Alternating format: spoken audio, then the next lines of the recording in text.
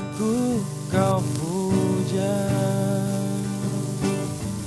dulu aku kau sayang, dulu aku sang juara yang selalu engkau cinta.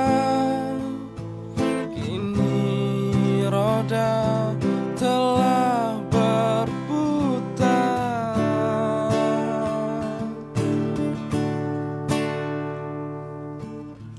kini aku kau hina,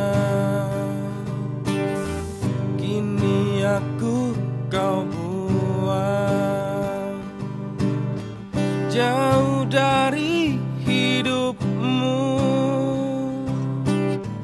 Kini aku sengsara, roda memang telah berputar.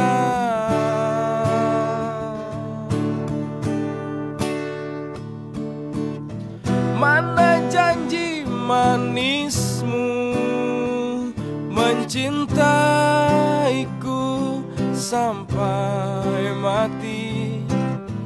Kini engkau pun pergi saat ku terpuruk sendiri.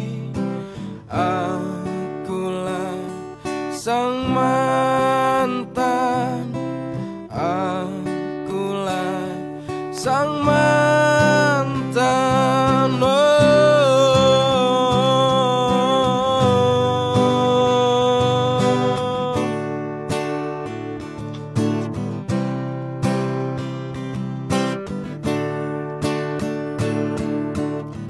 Mana janji manismu mencintaiku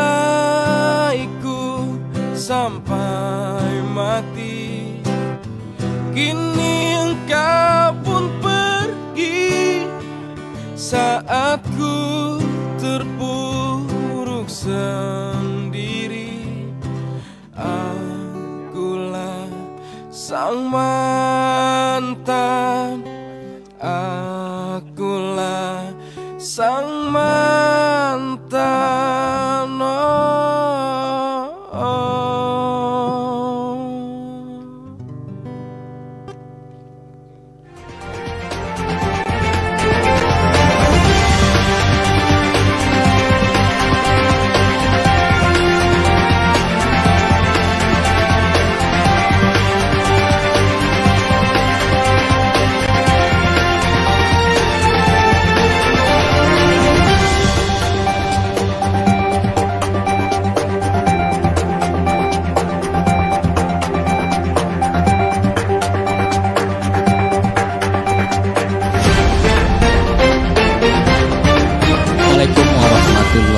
Wabarakatuh.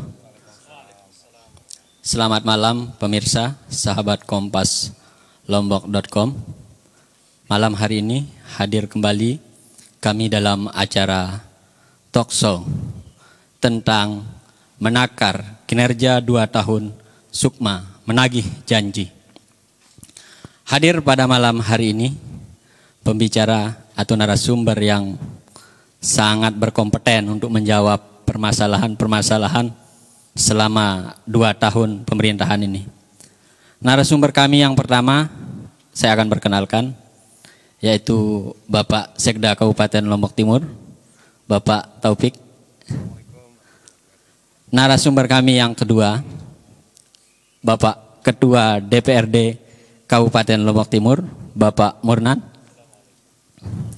Dan narasumber kami yang ketiga, yaitu Tuan Guru Haji Najamuddin Mustafa atau Babe Najam. Itu nama keren beliau sekarang, yaitu Bapak Bersama. Assalamualaikum warahmatullahi wabarakatuh. Waalaikumsalam warahmatullahi wabarakatuh. 2 tahun sudah nih Pak Sekda, saya pertama ke Pak Sekda ini terkait pemerintahan Sukma sudah berjalan, banyak janji, visi dan misi yang sudah disampaikan menjadi ikatan antara pemimpin dalam hal ini Sukma dengan rakyat. Yang ingin saya tanyakan itu janji atau visi misi yang mana yang sudah dijalankan ini? Terima kasih Pak Zainul. Assalamualaikum warahmatullahi wabarakatuh. Yang saya hormati untuk orang tua kami Bapak Haji Najamuddin Mustafa, DPRD Provinsi Nusa Tenggara Barat Dapil Lombok Timur. Berikutnya Ketua DPRD Kabupaten Lombok Timur, Bapak Murnan, dan tentu seluruh pemirsa kompaslombok.com. Tentu pertanyaan pertama dari host kita, apa yang bisa kita capai dalam kurun waktu 2 tahun? Kalau kata menakar ini tentu tergantung ukurannya. Dan dalam ukuran pemerintahan daerah, penyelenggaraan pemerintahan daerah, tentu yang menjadi parameternya adalah visi misi yang tertuang di dalam RPJMD 2018-2023. Di sana menuju Lombok Timur yang adil, sejahtera, dan aman dikonkretkan atau diikhtiarkan melalui 6 misi. Kalau secara gamblang kasat mata, tentu lebih prioritas di 2 tahun pertama ini adalah misi yang pertama dan yang kedua, yakni misi pembangunan infrastruktur dan pendidikan dan kesehatan. Namun demikian, tentu pemerintahan di mana saja di samping ada faktor-faktor internal, faktor eksternal itu juga menjadi banyak penentu. Karena sejak pelantikan pemerintahan Sukma ini, kita sama-sama merasakan ada persoalan gempa tahun 2019, lalu tahun 2020 di awal ini kita juga terkena COVID-19. Namun yang bisa kita banggakan, yang dapat kami sampaikan ke publik adalah yang paling terasa itu karena melalui Perda Percepatan, pemerintah Kabupaten Lombok Timur lebih fokus kepada memuluskan atau memperbaiki kualitas jalan-jalan yang ada di kabupaten. Ada 156 km jalan hot mix yang sudah terbangun. Lalu saya dapat data juga, di samping itu ada 45.000 meter jaringan irigasi, dan kita juga sudah bisa membangun 42.000 jaringan pipa untuk air minum. Kira-kira yang paling menonjol di 2 tahun ini adalah pembangunan infrastruktur. Itu yang dapat kami sampaikan. Iya, Pak Sekda. Dari 145 km infrastruktur jalan ini dan irigasi tadi, apakah itu sudah dilaksanakan oleh pemerintah daerah? Ya, ini yang realisasi. Di akhir tahun 2019, tentu ukuran kita itu adalah target dan realisasi. Membandingkan antara realisasi dengan target. Misalnya data yang kami dapatkan, kondisi awal di tahun 2018 itu 52% kemantapan jalan kabupaten yang ada di Lombok Timur. Di akhir tahun 2019 sudah mencapai 64%. Lalu ada irigasi, kondisi awalnya di 51%, di akhir tahun 2019 sudah mencapai 61%. Memang kita akui yang masih di bawah target itu adalah sarana air minum. Prasarana air minum, di data kami, di harapannya itu ada 88%, tetapi kita baru bisa mencapai di posisi 81%. Kira-kira itu gambaran. Iya Pak Sekda. Terkait dengan air minum tadi Pak Sekda, di Tutu ada kejadian ini. Infrastrukturnya dibangun tetapi sebelum dimanfaatkan infrastrukturnya rusak. Bagaimana ini Pak Sekda? Terima kasih, kita akui spam Tutu pada saat uji cobanya itu berjalan baik. Setelah diintegrasikan dengan PDAM, pada saat kami mendapat informasi ada aspirasi dari masyarakat kita di selatan tentang tidak efektifnya fungsi spam Tutu, ini semata-mata karena sedang ada transisi. Transisi yang saya maksud adalah seluruh jaringan air minum yang ditutup itu diserahkan oleh Pak Bupati kepada PDAM. Memang biaya operasional untuk menaikkan air dari bawah ke atas tower itu menurut PDAM relatif tinggi. Itu yang sedang dicari jalan keluarnya, perlu ada suntikan-suntikan, dan itu sebenarnya sudah kita mulai memampatkan air baku dari Pandan Dure. Dan Pak Bupati sudah memastikan di tahun 2021 salah satu prioritas utama beliau itu adalah memaksimalkan penyediaan air minum untuk selatan yang tidak semata-mata mengandalkan spam tutuk, tetapi akan meningkatkan volume air baku yang dari Pandan Dure. Bahkan mungkin kita akan suntik dengan pembangunan sumur bor di tengah-tengah dari Pandan Dure ke selatan itu, sehingga di reservoir yang ada di Desa Pemongkong itu akan bisa, debat airnya akan bisa mencukupi dengan rencana kebutuhan warga kita yang ada di sana. Lanjut lagi tadi terkait dengan pendidikan Pak Sekda, sebagai misi yang pertama ada janji guru ngaji akan diberikan insentif. Nah, apakah sudah dilaksanakan ini? Ya, memang sumber daya yang dimiliki oleh kabupaten itu kan tidak mesti dana, tetapi juga dengan regulasi. Kebetulan saya mantan Kadis PMD, bahwa setiap tahun pengelolaan dana desa itu kan harus diawali dengan perbub pengelolaan dana desa. Salah satu komponen dari penggunaan alokasi dana desa itu adalah memberikan kepada guru ngaji yang ada di desa-desa itu insentif. Di samping kalau pemerintah kabupaten melalui DPA yang ada di bagian kesejahteraan rakyat, setiap tahun memang untuk guru ngaji dan merbot. Tetapi karena jumlah guru ngaji kita terus bertambah, tentu kita belum bisa memaksimalkan sampai seluruh guru ngaji yang ada di Lombok Timur ini bisa terfasilitasi. Tetapi janji itu sebenarnya sudah dilaksanakan, tinggal persentase antara yang sudah terfasilitasi dengan yang belum terfasilitasi itu mungkin menjadi tantangan kita. Ya. Sekarang kita ke Pak Ketua DPR. Bagaimana pengamatan Pak Ketua ini terkait 2 tahun pemerintahan Bapak Bupati Haji Sukiman dengan Pak Wakil Bupati Haji Rumaksi ini? Apakah janji-janji atau visi misi itu udah berapa persen yang sudah terlaksana ini 2 tahun ini? Baik,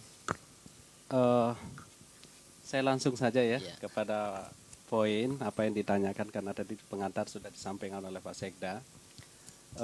Terkait dari 6 misi yang sudah dituangkan di dalam RPJMD, yang pertama terkait dengan tadi sudah disebut infrastruktur, kemudian yang kedua terkait dengan peningkatan kualitas sumber daya manusia baik melalui pendidikan maupun kesehatan, kemudian yang ketiga itu sudah masuk kepada menumbuhkan atau fokus pada masalah ekonomi, kemudian yang keempat terkait dengan pemberdayaan perempuan, pemuda, kemudian peningkatan, yang kelima adalah peningkatan keamanan, kemudian yang keenam itu adalah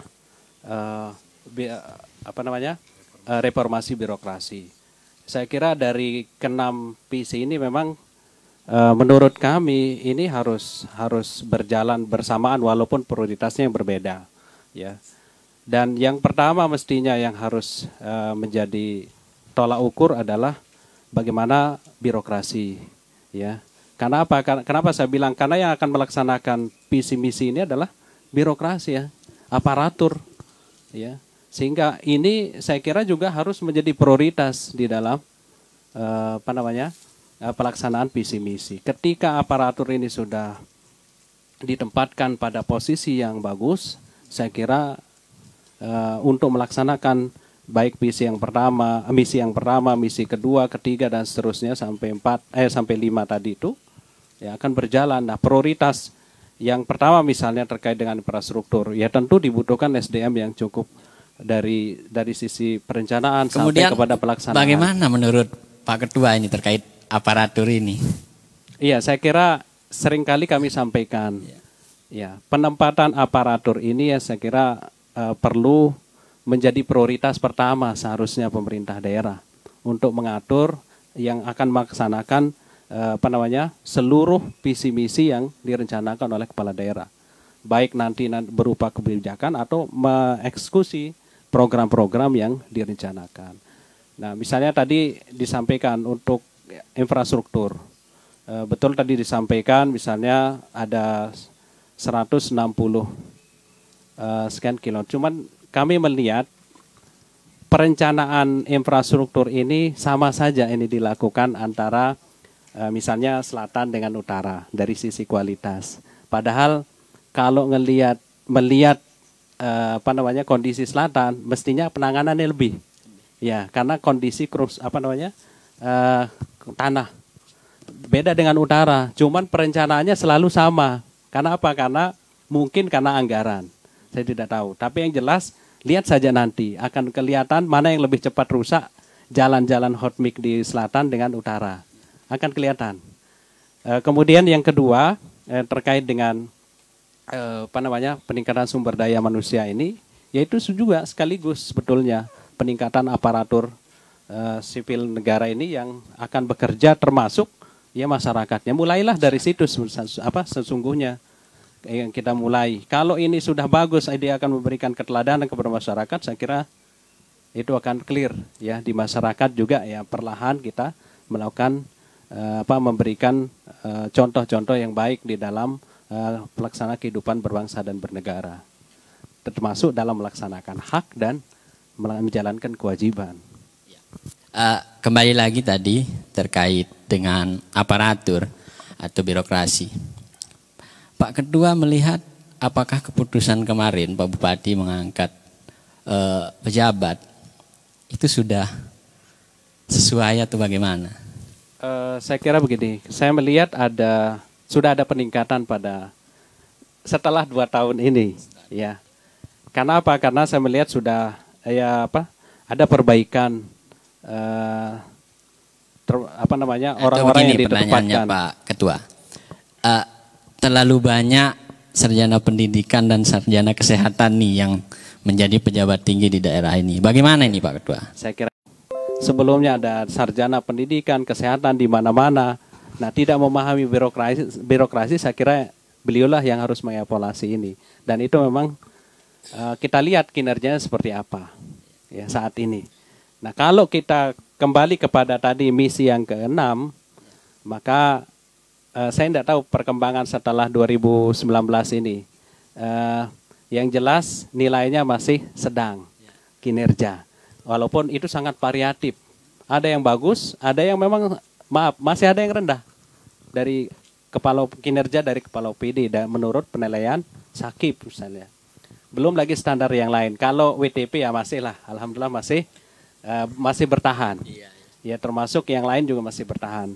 Ya, cuma ini kinerja ini sebenarnya kan target kita bagaimana terjadi peningkatan. Kalaupun misalnya ada nilai, apakah menurut Pak Ketua sudah ada peningkatan nih? Ya setelah 2 tahun kita masih juara bertahan. Juara bertahan. Ya baik kalau tadi dari sisi misalnya IPM misalnya menjadi indikatif dari misi kedua, ya kan? Itu masih kita bertahan di ranking 8, 9. Kenapa? Karena kita kalah daya saing.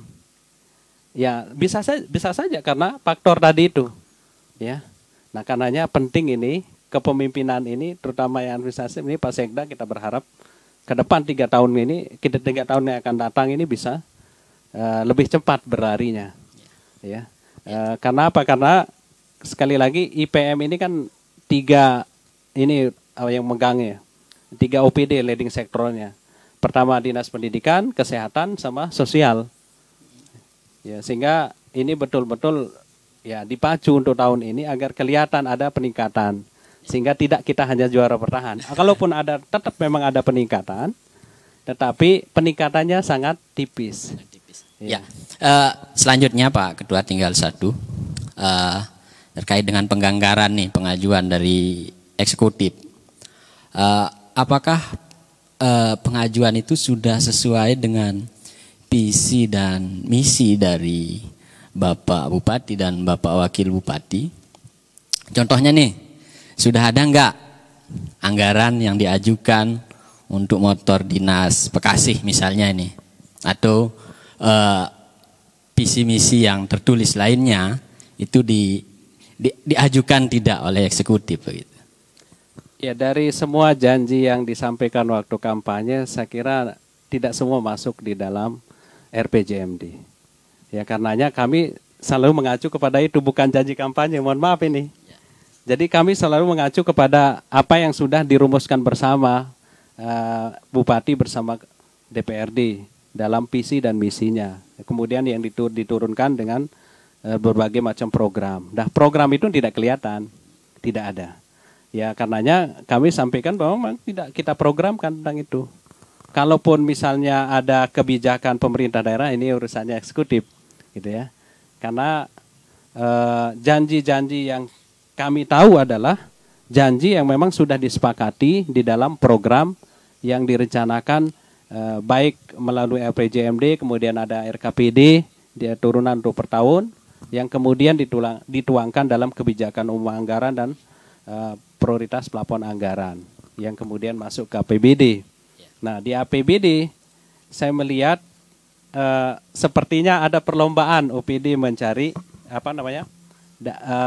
anggaran, artinya merebut anggaran. Nah, disitulah saya kira fungsi TAPD di dalam mengalokasi anggaran sesuai dengan prioritas. Tetapi masih saja terjadi anggaran perlombaan ini, ya. Apakah perlombaan ini sudah sesuai nih dengan cita-citanya Pak Bupati? Nah, di situ yang kami lihat.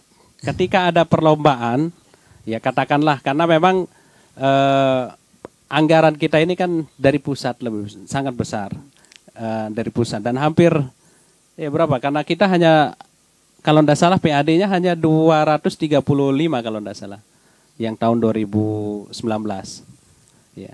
230, selebihnya itu dari pusat. Oh, iya. Ya, sehingga artinya perlombaan itu bagus juga. Satu sisi mencari anggaran di pusat. Cuma apakah sesuai dengan visi misi? Ya. Nah, ini yang masih kita takar. Kenapa saya bilang masih kita takar? Karena ada indikator-indikator yang harus menjadi ukurannya. Nah, kalau berdasarkan evaluasi kami sudah memberikan evaluasi ketika LKPJ dan laporan pengelolaan keuangan yang disertai dengan LHP, laporan hasil pemeriksaan BPK misalnya. Nah, itu yang menjadi acuan-acuan kami, dan tentu acuan itu standarnya adalah jadi pengelolaan sudah ada WTP misalnya. Kemudian kalau pengelolaan secara teknis, nah ini yang belum kita lihat di misi yang ketiga. Ekonomi, ya. Ini belum ada dampak secara ekonomi secara signifikan. Ya, berarti kan ada sesuatu yang masih belum terselesai, belum tercapai gitu. Kan mestinya seluruh anggaran ini kan secara umum harus berdampak, harus ada outcome-nya untuk peningkatan kesejahteraan dan peningkatan ekonomi. Walaupun pertumbuhan ekonomi kita ada peningkatan sedikit dari tahun 2018 ke 2019. Itu kalau tidak salah hanya penambahannya 4,68 pertumbuhan ekonomi kita memang lebih tinggi dari provinsi tahun 2019 yang kemarin. Nah, kita belum tahu yang sekarang. Pasti turun. Ya. Nah, ini mungkin bisa jadi ya. Saya kira itu dulu. Ya, siap. Selanjutnya ke Babe. B. Ya, gimana? Ya, kita bertanya dulu nih. Seperti apa sih pengamatan Babe 2 tahun nih pemerintahan Bapak Sukiman dan Bapak Rumaksi nih menahodai Lombok Timur ini? Pengamatan Babe seperti apa ini? Kalau saya ya kebetulan di DPRD provinsi ya, tapi tinggal di Lombok Timur. Ya. Jadi saya rakyatnya Pak Bupati, rakyatnya Pak Taufik ya. Jadi saya melihat di sini ya ada keberhasilan-keberhasilan, tapi juga diikuti oleh kegagalan-kegagalan. Seperti yang disampaikan Ketua DPRD tadi, dalam hal aparatur. Ini yang menjadi sorotan publik hari ini, terkait penempatan, job dan lain sebagainya kan. Dan itu maha penting Seperti yang disampaikan tadi, ini sudah diskusi saya di bandara tadi. Itu bagian yang dibicarakan beliau tadi kan, Pak Ketua DPRD. Kalau aparatur kacau, maka semua kacau. Maka yang harus dipelihara baik-baik adalah ASN. Karena mereka ini kerja teknis, sehebat apapun visi misi bupati, gubernur, presiden, tapi bermain-main di ASN sebagai tenaga teknis yang ngerti lapangan, kacau dia. Dalam hal ini di sini peran penting kepala administrasi Sekda ini. Dia ketua TAPD, ketua tim anggaran pemerintah daerah, sekretarisnya Bapeda, ya kan? Jadi yang harus dilakukan bupati itu adalah kontak kerja dengan TAPD ini, dengan Sekda ini. Karena beliau ini yang lebih tahu tentang ASN. Dari dari kepangkatan, dari semua itu. Jadi yang namanya ASN ini luar biasa, Pak. Lebih pintar dari kita. Kita ini kan pedagang bawang tiba-tiba menjadi bupati. Apa yang kami ketahui tentang ASN? Dikit sekali ilmu kami. Maka negara menyiapkan sekretaris daerah sebagai kepala administrasi yang mengetahui tentang tingkatan-tingkatan yang ada di dalam ASN itu. Jadi orang menjadi kepala dinas itu lama, Pak. Dia adum ya. Aldumlah, Spama, Spamen. Yang tahu siapa? Kepala administrasi ini, Sekda ini yang tahu. Maka kalau ada kepala daerah itu ikut campur soalan penempatan yang kecil-kecil, pusing kepala daerah itu, Pak. Kepala daerah itu harus bekerja besar, global kerjanya. Maka di dalam menyampaikan anggaran itu harus dia paham betul tentang kebijakan anggaran terkait dengan visi misi. Itulah yang menjadi RKPD dia yang disampaikan kepada tim anggaran pemerintah daerah sebagai pelaksana teknis. Jadi kalau ada kepala daerah ikut ngatur urusan job, urusan macam-macam, pusing kepala daerah itu, Pak. Maka dia tidak mengerti dirinya sebagai kepala pemerintahan. Apakah menurut Babe nih kepala SKPD itu murni kewenangannya Pak Sekda? Ya ada, dia kan bupati kepala pemerintahan, Pak. Tentu dia harus bertanya kepada kepala pemerintahan, kepala administrasi ini. Tetapi tidak serta-merta apa yang disampaikan bupati itu bisa dieksekusi oleh Sekda ini berdasarkan aturan main di ASN. Maka ini yang turun sekarang ini sama di provinsi kemarin melanggar undang-undang ASN. Di Lombok Timur lah dan lagi saya dengar mencoba menggugat melalui macam-macam dan lain sebagainya.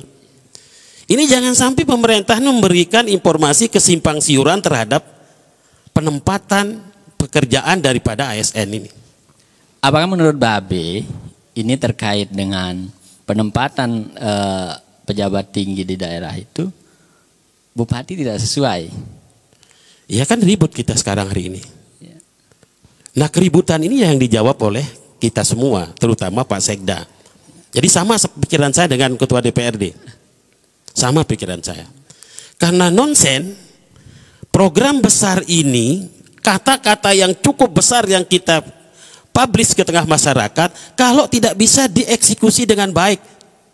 Yang disebabkan karena tidak mampunya para eksekutor ini, karena tidak sesuai dengan skill, dengan kemampuan, dengan ilmu yang dimiliki masing-masing. Seperti yang disebutkan tadi, sarjana kesehatan, sarjana pendidikan disuruh eksekusi tentang menghitung besi beton misalnya. Pasti ada keliru, Pak. Jadi inilah bupati kepala daerah itu, pemerintah harus menghormati skill orang, kemampuan orang di dalam berpendidikan itu, harus menghormati itu. Maka ini di provinsi kemarin keluar Pak Sekda, surat teguran KSN itu kepada Gubernur Nusa Tenggara Barat terhadap ya dia katakan melanggar peraturan itu. Nah walaupun tidak bisa dianulir, Pak, karena percuma juga kalau kita bicara gugat-menggugat, karena kehadiran pemerintah daerah diatur oleh undang-undang. Sementara KSN itu adalah di bawahnya undang-undang yang namanya peraturan pemerintah. Tidak mungkin bisa dianulir, sulit. Karena KSN itu hanya bisa memberikan saran, teguran kepada kepala daerah ini. Nah maka oleh sebab itu, penting kita punya kepala daerah yang betul-betul bijak, arif dan bijaksana. Ya, iya Be. Ya, tadi itu terkait dengan birokrasi atau aparatur sipil negara. Sekarang ini Babe konsen di bawang putih sepertinya. Nah, ini pertanian nih Be. Kita ingin bertanya nih. Nah, pemerintah daerah Kabupaten Lombok Timur sudah sejauh mana nih pro-nya terhadap petani? Jadi kan begini, saya sering katakan di media ya. Sebenarnya kalau saya pribadi latar belakang saya pembisnis dan di bidang agro itu. Jauh CPA Najam Agro itu lahir lebih dahulu daripada Agro Selaparang. Kenapa? Kenapa saya kembali ke situ melihat itu? Padahal saya sedang asik di situ di Udayana itu kan. Karena ada teriakan-teriakan dari para petani kita, ya, tentang pasar. Hasil produksi yang melimpah ruah tidak punya pasar. Nah, maka kehadiran saya membeli itu bukan sepenuhnya membeli ya, tetapi sebagai pemicu meyakinkan masyarakat itu bahwa barang Anda itu tidak akan jadi sia-sia. Saya datang ke Sembalun tanya pemicu hanya membeli 200-300 ton, saya dari 10.000 ton Pak. Nah, tetapi hari ini apa yang terjadi di Sembalun?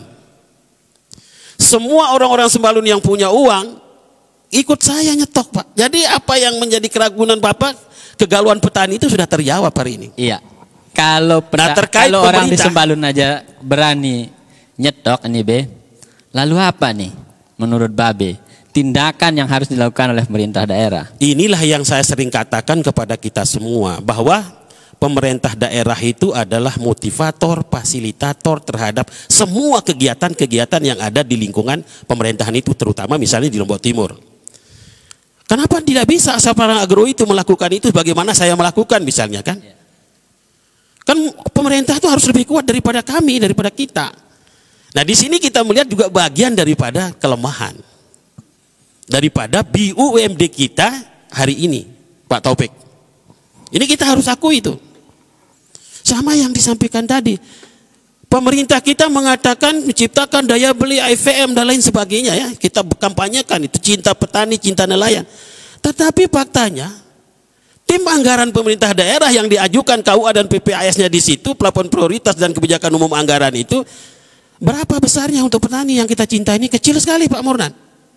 Jadi bertolak belakang apa yang kita sampaikan itu dengan apa yang kita kerjakan. Ini tugas Pak. Iya. Tim anggaran pemerintah daerah. Sebentar kita lanjutkan lagi Be. Kita break sejenak.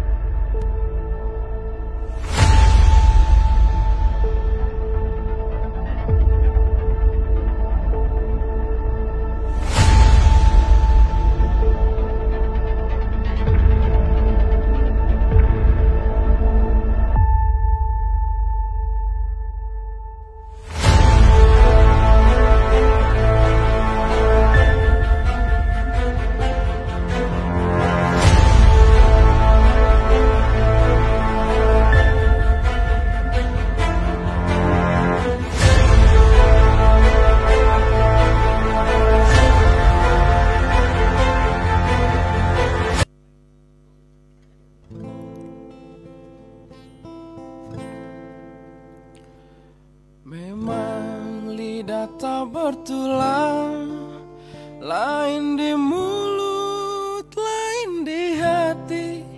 Seperti kau yang tak pernah bisa ku percaya lagi. Mulutmu bilang A, hatimu bilang B. Lebih baik ku tinggalin kamu. Jambu janjimu, janji-janji busuk, busuk, busuk, busuk. Janjimu, janji-janji palsu. Takkan ku percaya akan semua janjimu. Jambu janjimu, janji-janji palsu, palsu, palsu. Janjimu, janji-janji palsu. Takkan ku percaya akan semua janjimu.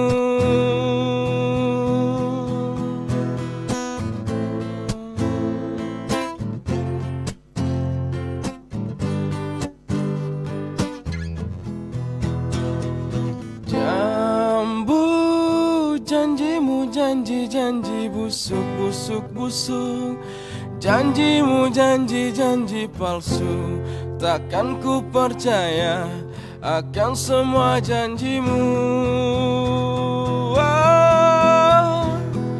Jambu janjimu, janji-janji busuk, busuk, busuk. Janjimu, janji-janji palsu. Takkan ku percaya akan semua janjimu.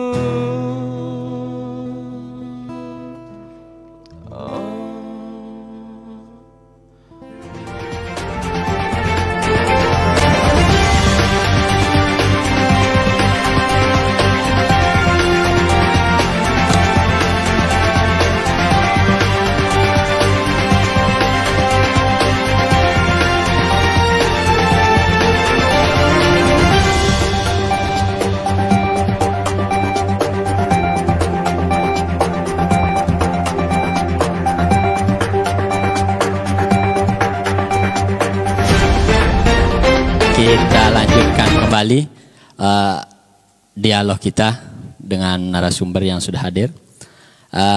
Dilanjutkan Be, tinggal 5 menit ya. Iya, iya. Terkait dengan visi misi Bapak Bupati dan Bapak Wakil Bupati. Menurut Babe, nih visi misi ini mana yang sudah dijalankan dan mana yang belum dijalankan? Saya melihat Lombok Timur ini Pak Sekda harus dicatat betul ini. Sebagai pelajaran untuk calon bupatinya akan datang. Jadi kita harus umumkan, harus tahu orang Pak Murnan ya, Anda sebagai Ketua DPRD, mengetahui berapa besar anggaran kita. BL kita dan BTL kita itu berapa, belanja infrastruktur kita itu berapa. Agar nanti para calon bupati yang akan datang tidak sembarang dalam visi misi. Contoh sekarang ini ya, 6 visi misi besar, dengan 21 program kalau tidak salah.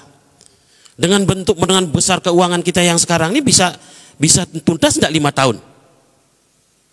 Menurut Babe? Tidak bisa Pak, sulit.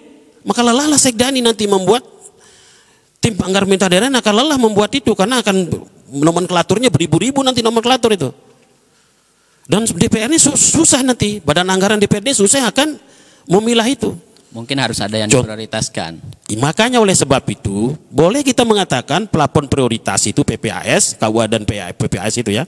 Tetapi tolok ukur kita adalah 5 tahun Pak. Tidak bisa kita menganggarkan, tidak bisa kita berpikir 10 tahun. Karena jatah kita jadi bupati itu 5 tahun.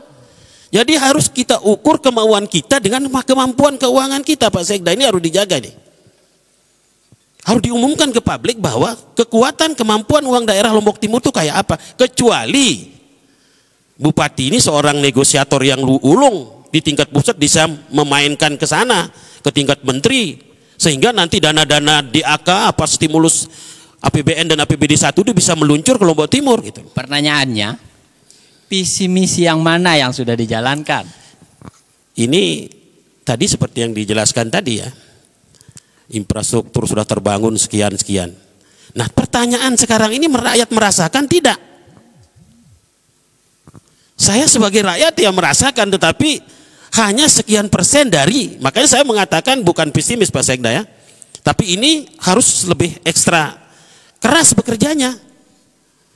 Jadi bukan pesimis. Tetapi kalau 21 nomenklatur yang saya lihat sebagai program dengan 6 dijabarkan menjadi 21, itu membutuhkan anggaran yang cukup besar tuh. Fantastik sekali anggarannya nanti. Kita ini bisa selesaikan tinggal 3 tahun ke depan ini. Sementara berapa persen yang sudah sekarang nih? Sampai enggak 30%, 40%? Enggak sampai. 60%. Nah tapi kenyataannya di masyarakat Pak Murnan ya, tidak dirasakan itu. Nah maka yang sering saya katakan pemerintah daerah ini harus dia punya tolok ukur sendiri di dalam penjabaran ini, terutama di dalam tadi itu. Seperti sekarang hari ini kan angka kemiskinan kita berapa? Ini menurut pertanian mengatakan begini, menurut BPS mengatakan begini, menurut kesehatan mengatakan begini. Sekarang saya bertanya kepada Pak Sekda, yang Bapak pakai tolok ukur sebagai angka kemiskinan kita itu, angka ya kemiskinan kita, apa itu namanya itu, apakah memakai yang punyanya pemerintah daerah? Punya enggak pemerintah daerah? Statistik yang dipakai. Nah berarti dia pakai statistik. Tapi kemarin saya datang ke situ kantor bupati itu, Pak Rumaksi mengatakan ada 3 ini katanya dia. Ya. Kita lanjutkan ke Pak Sekda dulu nih. Ini terkait dengan birokrasi tadi itu Pak Sekda. Nah, menurut Pak Sekda seperti apa sih sebenarnya? Ya, di sesi awal dari 2 narasumber kita, baik Babe kita maupun Pak Ketua, sorotannya ke birokrasi. Saya ingin sampaikan pertama, memang ada riuh pasca mutasi kemarin. Karena yang dibaca oleh teman-teman kita adalah PP 11 tahun 2017 tentang manajemen aparatur sipil negara, di mana salah satu itemnya mengatakan pejabat pimpinan tinggi Pratama itu baru boleh digerakkan manakala minimal 2 tahun dalam jabatan itu. Namun dalam pandemi COVID kita mendapat surat edaran juga dari KSN bahwa 1 tahun boleh. Nah karena Pak Bupati, Pak Wakil Bupati ingin perbaikan, ingin percepatan di dalam pelaksanaan visi misinya, saya didirektif untuk menyusun birokrasi yang andal, yang lebih kuat dari sebelumnya. Dalam PP 11 dikatakan dapat melalui uji kompetensi. Alhamdulillah uji kompetensi kita laksanakan dengan baik, dengan lancar, konsultasi ke KSN, sehingga mutasi tanggal 22 Juli itu saya ingin pastikan sesuai dengan rujukan KSN. Insya Allah Pemda Lombok Timur tidak akan pernah mendapat teguran, karena di dalam konsideran keputusan Bupati sudah merujuk surat keputusan dari KSN. Memang konsep birokrasi Weberian yang mengatakan birokrasi itu ada dalam organisasi itu ada satu kesatuan komando, loyalitas, tugas dibagi habis, ini sudah mulai pergeseran sejak tahun 96 dengan lahirnya buku Reinventing Governance, bahwa pelayanan itu harus lebih mengemuka. Lalu saya ingin sampaikan bahwa di dalam Undang-Undang 5 2014 tentang ASN dikatakan bahwa tingkatan ASN ini ada namanya pelaksana. Pelaksana ini kompetensinya adalah teknis. Jadi jangan sampai misalnya teknis ini kan tukang Pak. Lalu ada naik sedikit namanya pengawas. Lalu ada namanya administratif. Dan yang terakhir itu adalah pejabat pimpinan tinggi Pratama.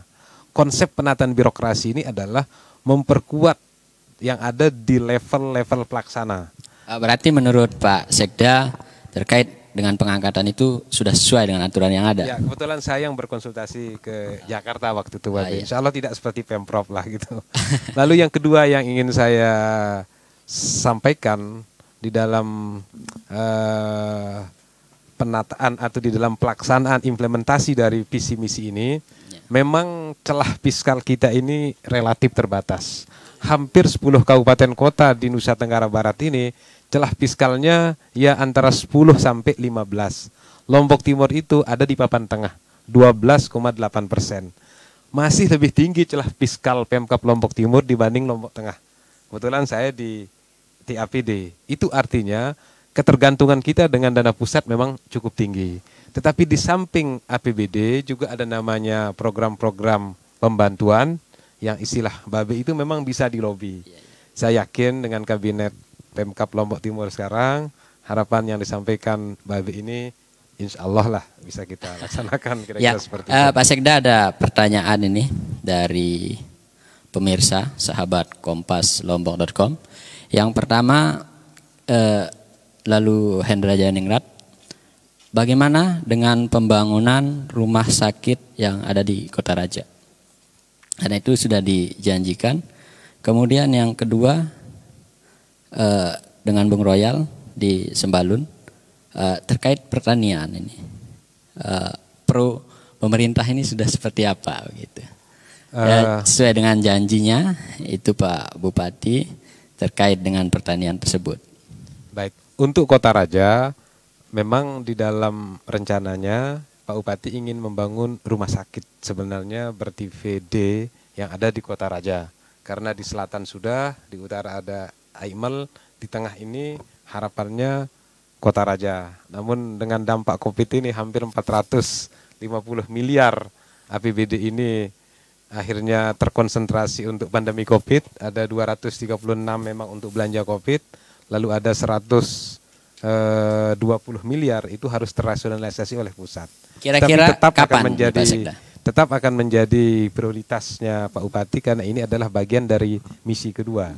Itu sudah kami selalu diingatkan oleh Pak Bupati, janji beliau untuk pembangunan puskesmas plus lah yang ada di Kota Raja seperti yang ada di Keruak dan di Aimel. Ya. Untuk Sembalun, hari ini kami didirektif oleh Pak Bupati sebenarnya untuk menyusun tata ruang Sembalun. Kita sudah mengundang beberapa pakar, dimulai dengan FGD, sehingga Sembalun sebagai kawasan agrowisata, sebagai ruang-ruang destinasi supaya tidak tumpang tindih. Pak Bupati menginginkan supaya penataan Sembalun ini bagus, mulailah dengan RDTL yang lebih spesifik menjadi kawasan khusus Sembalun, sehingga siapa saja yang datang ke Sembalun kan tidak murni kita menggunakan uang pemerintah.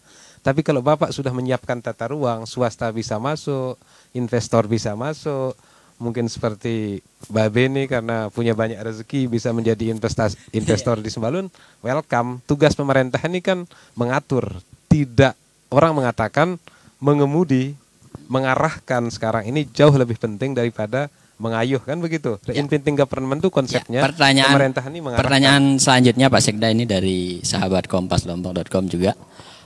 Dapatkah terwujud satu desa satu lapangan, satu desa satu dokter, satu perawat, satu bidan, satu ambulan, satu desa satu sarana kebudayaan, desa mandiri, desa wirausaha? Apakah itu dapat diwujudkan sisa 3 tahun masa jabatan Bapak Bupati ini? Baik, tadi sudah dijelaskan oleh Pak Ketua DPRD.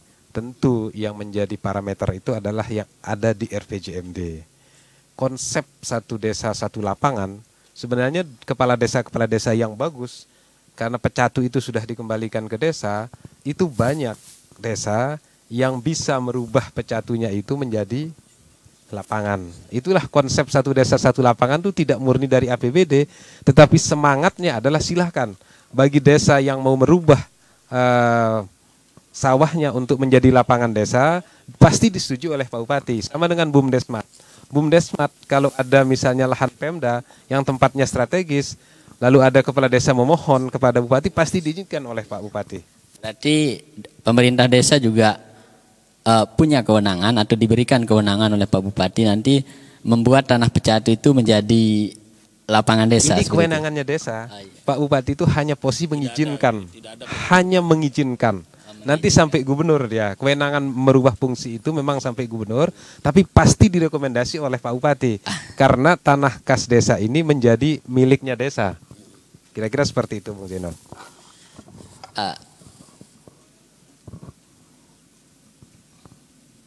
Selanjutnya ada pertanyaan juga muncul untuk Bapak Sekda. Keriuhan birokrasi itu sejak Bapak Sukma naik dengan dinonjobkannya 300 orang ASN. Bagaimana tanggapan Bapak Sekda? Ya. Pertama begini, dunia selalu didikotomikan antara politik dan birokrasi. Lahirlah Undang-Undang 5 tahun 2014, lalu lahirlah PP 11 tahun 2017. Yang saya jawab hari ini adalah bagaimana terus ikhtiar kita untuk menata birokrasi ini dengan baik. Walaupun kita punya keterbatasan, apa keterbatasan kita?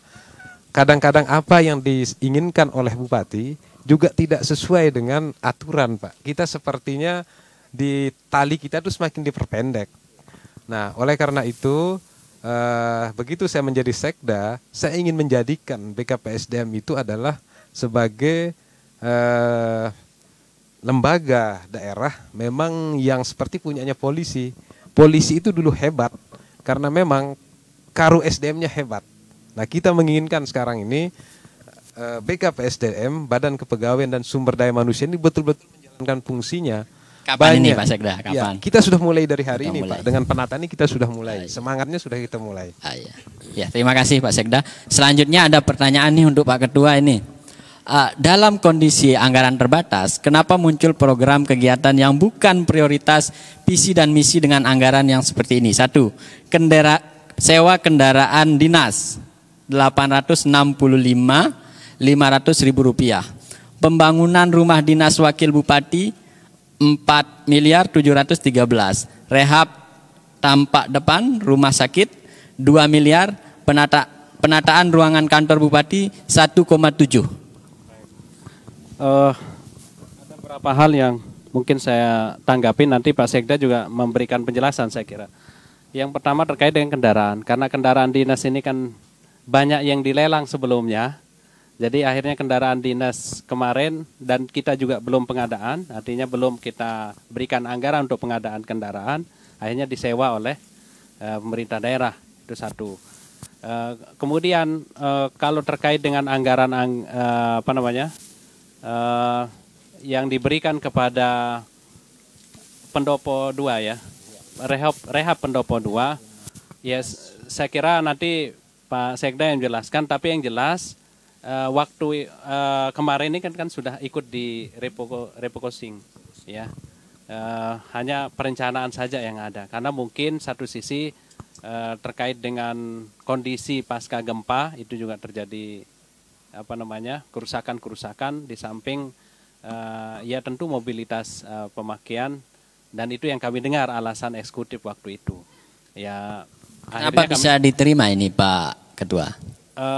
Tentu alasan tadi itu untuk optimalisasi pelayanan di pendopo 2. Saya kira itu penjelasan saya terkait dengan masalah itu. Ya, karena dioper ini pertanyaannya Pak Sekda harus menjawab ini. Saya ingin Tapi mau menjawab juga sebentar ya. Ada perubahan mendasar sebenarnya apa yang sudah disepakati di dalam APBD 2020 dengan adanya realokasi dan refocusing sesuai dengan Permendagri 20 tahun 2020 ini, rumah jabatan wakil bupati itu sudah terrealokasi. Lalu yang disampaikan yang tadi tampak depan rumah sakit juga sudah terrealokasi. Artinya sudah kita pakai semua untuk membiayai COVID. Memang ada di APBD, tetapi dengan Permendagri 20 itu dengan peraturan kepala daerah yang akan kita isbatkan nanti pada saat pembahasan APBD perubahan itu sudah tidak muncul lagi. Semuanya sudah direalokasi untuk belanja COVID. Berarti rumah dinas itu direlokasi. Tambah sedikit. Ya. Jadi saya kira apa yang kami sepakati karena kesepakatan bersama, Pak. Ketika memang kami melakukan beberapa penolakan waktu itu ya karena eksekutif juga tetap dengan alasan karena kebutuhan yang mendesak. Ya tentu ya ini bagian dari kesepakatan secara keseluruhan dari kebutuhan APBD eksekutif. Ya, kebutuhan eksekutif waktu itu. Nah karenanya saya kira kita memandang sana, cuma tetap harus menjadi evaluasi. Ya tetap menjadi evaluasi terutama dalam melihat program-program prioritas. Misalnya kami kemarin menargetkan harus turun 1% misalnya angka kemiskinan. Ya, dengan turunnya angka 1% tentu ada terobosan, terutama mulai dari data. Data yang tadi disampaikan, misalnya satu sisi ada data BPS yang menyatakan 16%. Ya, ada data BPJS. BPJS itu hampir 70% itu kemiskinan, cuma kan tidak menjadi ukuran, ya.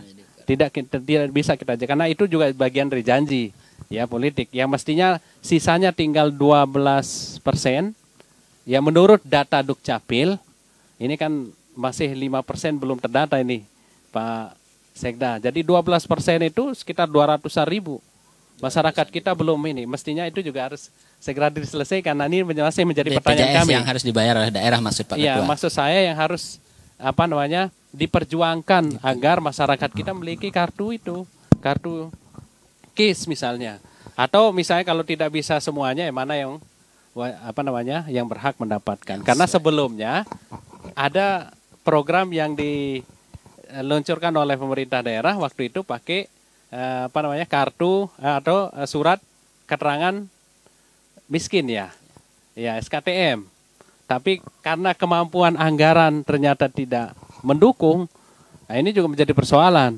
Nah, mestinya ini harus ada pemikiran baru, ya. Kalau memang kita ingin mengejar menyelesaikan ini sekaligus ini target pusat harus kita tuntaskan, ya mestinya harus ada alokasi anggaran. Nah, termasuk yang pernah kita bicarakan masalah dokter. Ya, dokter satu di situ dokter ya. Satu desa maksudnya. Kalau waktu itu kebutuhannya kalau tidak salah sekitar 90-an. Ya. Kebutuhan dokter sesuai dengan rasio jumlah penduduk yang ada di Lombok Timur. Kebutuhannya. Ya. Nah, saya kira ke depan juga ini kita lebih fokus saya kira kepada untuk kesehatan ini promosi. Karena kalau promosi ini lebih sedikit anggarannya dan preventif. Ya, kalau penanganan terus, khawatir saya ini akhirnya anggaran kita habis untuk beli obat, beli alat kesehatan. Nah, kalau promosi kan lebih sedikit dia. Ya, dengan preventif. Saya kira itu ke depan harus menjadi pemikiran, terutama di TAPD. Saya ingin melanjutkan Pak Zainul. Yang disampaikan Pak Ketua, Lombok Timur di era Sukma ini salah satu keberhasilan di kelembagaan itu adalah sudah mendayagunakan, mengoperasionalkan 10 UPTD Dukcapil. Dan kami pastikan paling lambat 2021 semua kecamatan itu akan ada UPTD Dukcapilnya. Karena salah satu persoalan masyarakat tidak bisa mengakses BPJS, menerima pelayan itu soal admin duk. Insya Allah 5% itu di akhir 2021 dengan hadirnya seluruh UPTD di semua kecamatan itu akan tuntas. Kalau dulu Bapak bagaimana ramenya kantor Dukcapil yang ada di depan samping taman itu sekarang udah sepi. Mengapa? Karena sudah terdistribusi di masing-masing kecamatan. Itu keberhasilan, salah satu keberhasilan yang dilakukan oleh Pak Sukma. Tinggal Babe ini. Kalau saya semakin menarik semakin malam terkait ini anggaran tadi, pertanyaan yang sama terkait dengan Pak Ketua tadi untuk Babe. Anggaran apa maksudnya? Itu anggaran sewa mobil.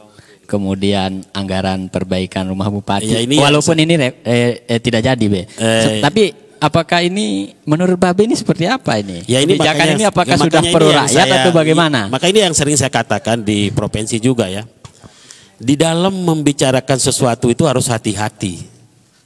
Harus ilmiah dan akademik. Dan kita mengingatkan kepada Pak Bupati di dalam mengeluarkan statement itu harus hati-hati. Tadi kan seperti yang disampaikan Pak Sekda, ada pertanyaan satu desa, satu lapangan, kapan terrealisasi ini, satu dokter dan sebagainya.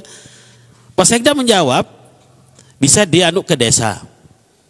Ini kan, apakah ada hubungannya visi-misi itu waktu itu dengan desa? Kan orang ini akan bertanya, itu enggak begitu Pak, pasti ngomongnya begitu kan. Ini janji Bupati, visi misi Bupati, janji politiknya Pak Bupati, satu desa, satu lapangan, satu desa, satu dokter, bla bla bla sampai 21 program itu. Nah, tugas kita hari ini kalau saya mengingatkan kepada pemerintah daerah Lombok Timur ini melalui Sekda hari ini malam ini untuk segera mencarikan cara melakukan koneksi antara APBD yang sekarang dengan janji-janji itu. Kita enggak lagi bisa ngomong bersayap-sayap ke sana kemari. Karena visi misi itu sudah jelas ditulis. Nah, ketika tidak sesuai dengan RPJMD, ya risiko seorang kepala daerah dia bisa menjadi kepala daerah dulu dipilih karena janji politik, Pak. Karena menarik sekali. Gaji merbot masjid, pemandikan untuk kubur, ada itu saya baca di programnya ya. Ada enggak? Ada. Ini menarik sekali, Pak. Nah, saya tidak ingin bupati yang akan datang, calon bupati yang akan datang tuh berjanji-janji tanpa melihat kemampuan keuangan daerah gitu loh. Masih 3 tahun lagi, Pak. 3 tahun lagi. Masih ada 3 tahun, Ada 3 tahun lagi. Iya. Nah, sementara Pak Sekda mengatakan lebih daripada 60% yang sudah terrealisasi. Tetapi orang melihat dari 21 itu Pak Sekda. 21 program turunan dari 6 visi misi.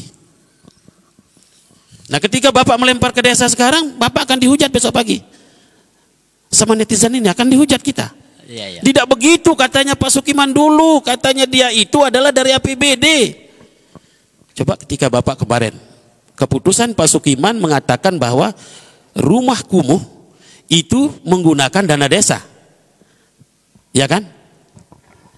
Ribut kepala desanya. Yuk, bukan begini, kenapa kita yang membangun, dia yang berjanji. Kira-kira seperti itu. Waktu kita tinggal 2 menit ini. Nah, maka oleh sebab itu saya mengingatkan kepada pemerintah daerah, kepala daerah hati-hati di dalam berbicara. Sama kayak retail modern dan lain sebagainya kan menuai protes, Pak. Ya. Nah ini tugasnya kepala administrasi nih, mengingatkan kepada kepala daerah. Jadi terkait keberhasilan kita setuju. Tetapi kalau keberhasilannya hanya 10, kegagalannya 30, kan tidak berbanding lurus, Pak. Dan ini tugas kepala daerah menjelaskan kepada rakyat tentang Lombok Timur ini. Lombok Timur ini bukan milik kita semuanya, Pak. Ingat, ada APBN juga di sini, ada APBD 1 juga di sini. Ini Bapak harus menjelaskan kepada rakyatnya ini APBD 1, ini APBN, ini APBD 2 gitu. Karena rakyat ini kan awam, Pak. Dia pikir semua yang ada di Lombok Timur ini adalah kewenangannya Bapak. Pekerjaannya Bapak. Bapak tidak bisa mengurus jalan Mataram sampai Labuan Lombok, itu negara punya. Pancor sampai Keruak Bapak tidak bisa boleh masuk di situ. Kenapa? Karena provinsi punya. Juga dalam ekonomi. Ini Bapak harus menjelaskan kepada rakyat ini supaya jangan Bapak saja, Bupati Lombok Timur saja dihujat-hujat gitu maksud ya, saya, Pak. Terima kasih, Be. Sudah cukup, Pak Sekda. Ada closing statement? Ya, ada closing statement. Tapi kita mulai dari Babe ya, karena tadi kita mulai dari Pak Sekda. Closing statement, Be. Babe harus jujur nih. Keberhasilan apa yang dicapai oleh Sukma 2 tahun ini? Mulai saya jawab? Ya. Tadi kan sudah disebutkan itu ya, Dukcapil. Keberhasilannya, Be. Iya, tadi kan sudah disebutkan Pak Sekda, Dukcapil tidak numpuk-numpuk, sekarang sudah tidak numpuk-numpuk lagi, dia masuk nih sudah berapa kecamatan ya? Itu keberhasilannya. Ya juga keberhasilan di dalam memuluskan jalan, cuman ada peringatan di sini Pak Sekda. Harus memuluskan jalan-jalan yang prioritas, Pak. Sekarang Pak Sukimanto membangun dari Letok ke Lenting itu apa tujuannya itu? Itu tidak ada orang apa lewat apa-apa itu, Pak. Membangun jalan baik dari Rumbuk menuju Metong Tani. Keberhasilannya, Be, keberhasilannya Pak. Nah, ini makanya keberhasilannya dia disebut. Dia membangun kan di situ keberhasilannya. Menurut versinya dia ini. Versinya Pak Be. Kalau versinya saya ya masih kita tunggu di 3 tahun lagi nih. Rapot untuk Sukma 2 tahun. Rapot untuk Sukma 2 tahun ini ya serah-serah basah lah. Tidak terlalu baik juga tidak terlalu buruk. Nah, artinya bahwa ini tugas kita bersama untuk mengawal pemerintah Lombok Timur nih untuk apa di masa-masa akan datang itu jadi lebih baik. Jadi kita hormat kepada Sukma ini ya. Ya walaupun tadi banyak kritikan macam-macam itu memang itulah pemerintahan, Pak. Ya. Jadi tidak bisa kita berjalan mulus, tetapi yang saya paling ingatkan kepada Pak Bupati ini hati-hati di dalam mengeluarkan statement. Terima kasih, Be. Karena waktu. Selanjutnya closing statement dari Pak Ketua. Harapannya, Pak. DPRD ini ya ibarat 3 tahun ke depan. Pemerintahan ini kan ibarat kita main sepak bola. Ya. Jadi DPRD itu wasit, ya kan. Jadi ya tentu kami ingin optimalisasi dalam pengawasan juga. Selama ini memang pemerintah daerah, saya mengatakan karena sudah menjadi kesepakatan baik dalam anggaran maupun dalam beberapa peraturan dan kebijakan, ya tentu kami mengatakan memang dalam on the track pembangunan ini. Cuman agak lambat, masih juara bertahan.